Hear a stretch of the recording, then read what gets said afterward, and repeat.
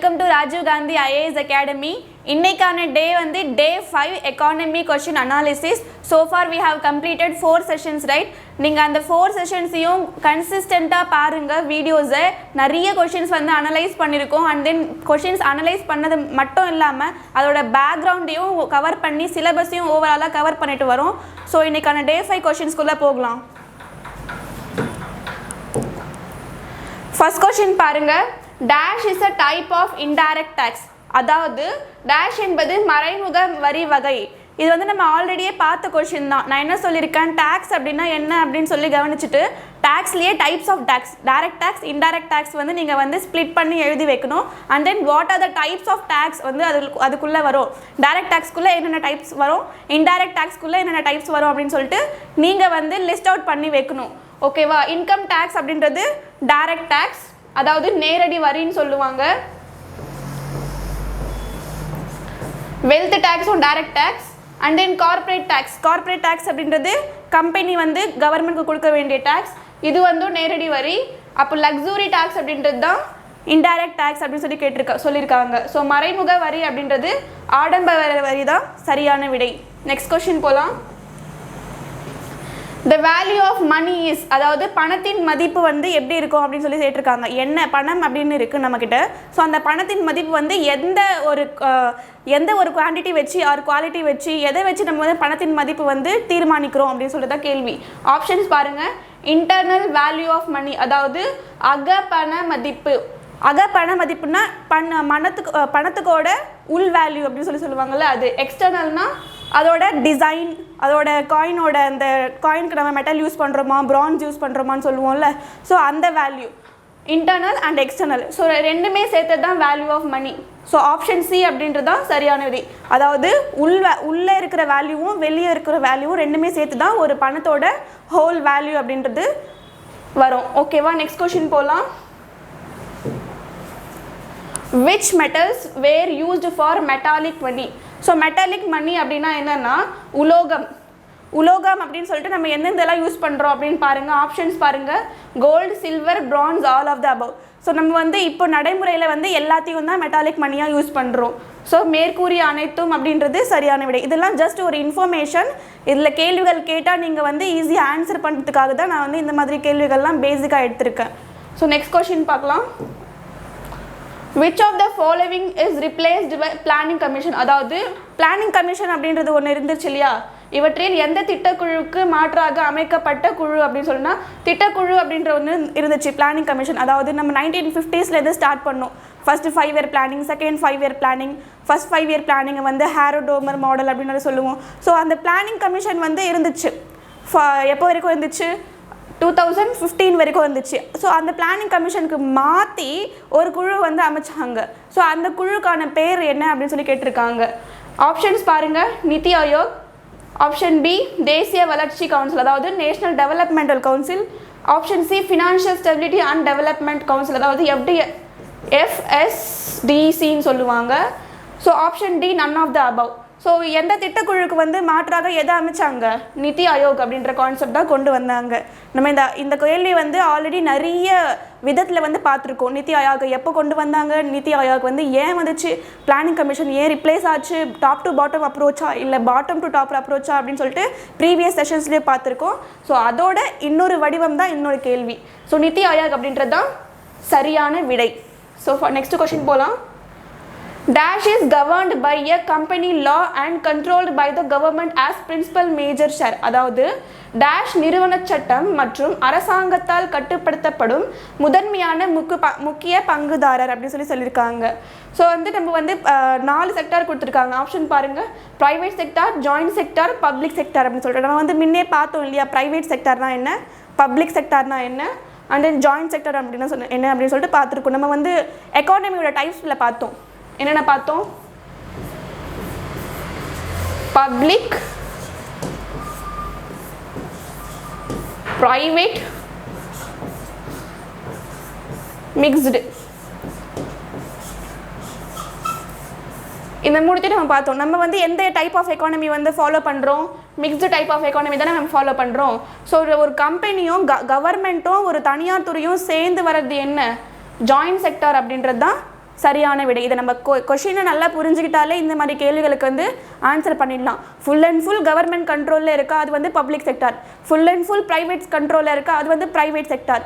And இல்லை கம்பெனியும் இருக்குது, கவர்மெண்ட்டோட இன்வால்மெண்ட்டும் இருக்குது. ஃபார் எக்ஸாம்பிள் கம்பெனி வந்து எதனாச்சும் ஒரு முன்னெடுப்பு எடுத்தாலும் ஏதாச்சும் ஒரு நடவடிக்கை எடுத்தாலும் அவங்க அது சரியாக பண்ணுறாங்களா, அவங்க அது லீகலாக பிஸ்னஸ் பண்ணுறாங்களா, மக்களுக்கு வந்து அது சஸ்டைனபுளாக இருக்கா அப்படின்ற மாதிரி செக் பண்ணாங்க. கவர்மெண்ட் வந்து ஒரு ரெகுலேட்டரி ரோல் எடுத்தாங்க அப்படின்னா அது வந்து ஜாயிண்ட் செக்டார். ஸோ அதை நம்ம மிக்ஸ்டு எக்கானமி ஃபாலோ பண்ணுறதால இது வந்து சரியான விடையாக இருக்கும். கூட்டுத்துறை அப்படின்றது சரியான விடை. நெக்ஸ்ட் பாருங்க, which of the following is not a function of money. இந்த கேள்விகள்லாம் படிக்கும்போது ரொம்ப கிளியராக ரொம்ப அலர்ட்டாக படிக்கணும். எப்படின்னா நாட்டுன்னு கேட்டிருக்காங்களா, ஒரு சில சமயத்துலலாம் நம்மளுக்கு வந்து கேள்வி வந்து நல்லா தெரிஞ்சிருக்கும், ஆனால் ஒரு அந்த கொஷினை வந்து ஒழுங்காக அந்த அவசரத்தில் படிக்காமல் விட்டுட்டு போயிடுவோம். நாட்டுன்னு படிக்க மாட்டோம், இஸ் நாட், விச் இஸ் நாட்னு கேட்டிருப்பாங்க, நன் ஆஃப் த அபவுன்னு சொல்லியிருப்பாங்க, இல்லை ஆல் ஆஃப் த அபவுன்னு சொல்லியிருப்பாங்க. ஸோ இந்த மாதிரி சின்ன சின்ன கீவேர்ட்ஸ் தான் நம்மளுக்கு வந்து மார்க்ஸ் வந்து இன்க்ரீஸ் பண்ணிவிடும். So which of the following is not a function of money. பின்வருவனவற்றில் எது பணத்தின் பணிகள் அல்ல. ஸோ ஆப்ஷன்ஸ்குள்ள போகலாமா? Measure of value. கண்டிப்பாக பணம் வந்து நம்மளோட அந்த பொருளோட வேல்யூவை வந்து காட்டுது. ஃபார் எக்ஸாம்பிள் ஒரு லக்ஸுரி குட்க்கும் ஒரு நார்மல் குட்க்கும் இருக்கிற டிஃப்ரென்ஸ் என்ன அப்படின்னா அதோட பணத்தோட மதிப்பு வச்சு தான் நம்ம வந்து இந்த பொருள் வந்து ஓகே இது லக்ஸுரி குட். அதுவே ஒரு நார்மல் ஒரு சின்ன ஒரு பொருள் வாங்கணும், இது வந்து இன்னொரு குவாலிட்டி வந்து கம்மியாக இருக்குது, இல்லை ஃபார் எக்ஸாம்பிள் இதோட வேல்யூ வந்து கம்மியாக இருக்குன்னா அதுக்கு பின்னாடி என்ன வச்சு சொல்கிறோம், அதோட பணத்தோட மதிப்பு வச்சு தான் சொல்கிறோம். ஸோ மெஷர் ஆஃப் வேல்யூ அப்படின்றது மணியோட ஃபங்க்ஷன் தான். ஒரு பொருளுக்கு வேல்யூ அப்படின்றது நம்ம சொல்கிறோம். நெக்ஸ்ட் வந்து பாருங்கள், medium of exchange. Medium of exchange அப்படின்றது என்ன? நம்ம வந்து ஃபஸ்ட்டெல்லாம் ஏன்ஷியன்ட் பீரியட்ஸ்லாம் எப்படி மீடியம் ஆஃப் எக்ஸ்சேஞ்ச் இருக்கும், ஒரு பொருளை கொடுத்து இன்னொரு பொருளை வந்து நம்ம வந்து எக்ஸ்சேஞ்ச் பண்ணிக்கோம். ஆனால் இப்போ என்ன பண்ணுறோம், பணத்தை கொடுத்து பொருளை வாங்குகிறோம். ஸோ பணம் அப்படின்றது something that is a medium, ஒரு ஊடகமாக வந்து உள்ள அமைது. இப்போ நம்ம ஏதாச்சும் ஒரு கடைக்கு போகிறோம் அப்படின்னா என்ன பண்ணுறோம், ஒரு பொருளை கொடுத்துட்டு இன்னொரு பொருளை வாங்குகிறோமா? கிடையாது, ஒரு மணியை கொடுத்துட்டு ஒரு பொருளை வாங்குகிறோம். So the money acts as a medium in between the transaction. அதாவது பரிமாற்ற கருவியாகவும் மணி வந்து மணி வந்து செயல்படுது. தேர்ட் ஆப்ஷன் பாருங்கள், வாங்கும் சக்தியின் நிலைக்கலன், அதாவது ஸ்டோர் ஆஃப் பர்ச்சேசிங் பவர். பணம் வந்து பார்த்தீங்கன்னா ஸ்டோரேஜ் வேல்யூ வந்து இருக்குது, அதாவது நீங்கள் சேமிச்சும் வைக்கலாம். அதோட ஃபங்க்ஷன் வந்து ஃபார் எக்ஸாம்பிள் எப்படி சொல்லலாம், பேங்கிங்கில் போய் நம்ம சேவ் பண்ணி வைக்கிறோம் இல்லையா money. So it acts as a storage. So மூணுமே வந்து பார்த்தீங்கன்னா ஃபங்க்ஷன் ஆஃப் மணி தான். ஆனால் நம்மளுக்கு கேட்டிருக்கிறது கேள்வி பாருங்கள், நாட். அப்போ அப்படின்றது என்ன ஆன்சர் வரும், நன் ஆஃப் திஸ், எதுவுமே சரியில்லை, எல்லாமே தப்பு தான் அப்படின்ற மாதிரி. ஸோ மூணுமே நம்மளுக்கு கரெக்டு, ஆனால் நாட்டுன்னு கேட்டதால நன் ஆஃப் த அபவ். ஓகேவா? நெக்ஸ்ட் பாருங்க, dash contributes more to gross domestic product. அதாவது நம்ம இந்த கொஷினை வந்து ஆல்ரெடி அனலைஸ் பண்ணிட்டோம். Primary sector, secondary sector, tertiary செக்டார்னு 3 செக்டார் இருக்குது. அக்ரிகல்ச்சரை வந்து நம்ம வந்து பிரைமரி செக்டார்னு சொல்லுவோம்.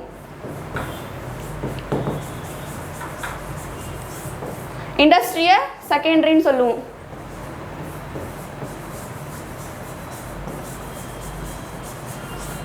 சர்வீஸை டெர்ஷரின்னு சொல்லுவோம்.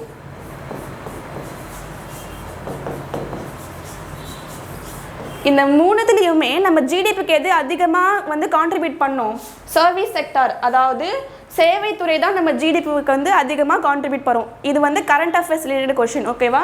நெக்ஸ்ட் கொஷின் போகலாம். Dash is implemented for making free and compulsory education to the children of 6 to 14 years. அதாவது 4 முதல் 14 வயது குழந்தைகளுக்கு இலவச மற்றும் கட்டாய கல்வி வழங்குவதற்காக செயல்படுத்தப்படும் திட்டம் எது அப்படின்னு சொல்லியிருக்காங்க. இதுவும் அகைன் வந்து ஒரு கரண்ட் அஃபேர்ஸ் கொஷினாக இருந்தாலும் ஆனால் இது ஒரு ஸ்டாட்டிக்கில் கூட வரும். ஏன்னா இந்த ஸ்கீம் எல்லாம் உருவாக்கி ரொம்ப வருஷம் ஆச்சு. ஸோ இதை நீங்கள் நியூஸ் பேப்பர் படிச்சுட்டே வந்தீங்கன்னா இதோட இம்பார்ட்டன்ஸ், இதோட இம்ப்ளிமெண்டேஷன் எப்படி இருக்குது அப்படின்ற மாதிரிலாம் கொடுத்து வந்திருப்பான். ஸோ அதனால இந்த கேள்விகள் வந்து கேட்கலாம் எக்ஸாமில். ஸோ எந்த ஸ்கீம்னு பாருங்கள், ஆப்ஷன்ஸ் பாருங்கள். ராஷ்ட்ரிய உச்சதார் சிக்ஷா அபியான், RMSA, NPGL, சர்வ சிக்ஷா அபியான். ஸோ இன்றைக்கி உங்களோட ஹோம்ஒர்க் என்ன அப்படின்னா, நீங்கள் 4 ஆப்ஷன் இருக்குது இல்லையா, அந்த 4 ஆப்ஷன் வந்து எதுக்காக என்னென்னதுக்காக கொண்டு வந்தாங்க அப்படின்னு சொல்லிட்டு நீங்கள் வந்து டீட்டெயிலாக ஒரு சின்ன டெஃபினேஷன் மாதிரி எழுதி வைங்க. மேபி ஃப்யூச்சரில் கேட்குற எக்ஸாமுக்கு அது வந்து யூஸ்ஃபுல்லாக இருக்கும். RMSனா என்ன, அதோட எக்ஸ்பேன்ஷன் என்ன, எதுக்காக, அப்ஜெக்டிவ்.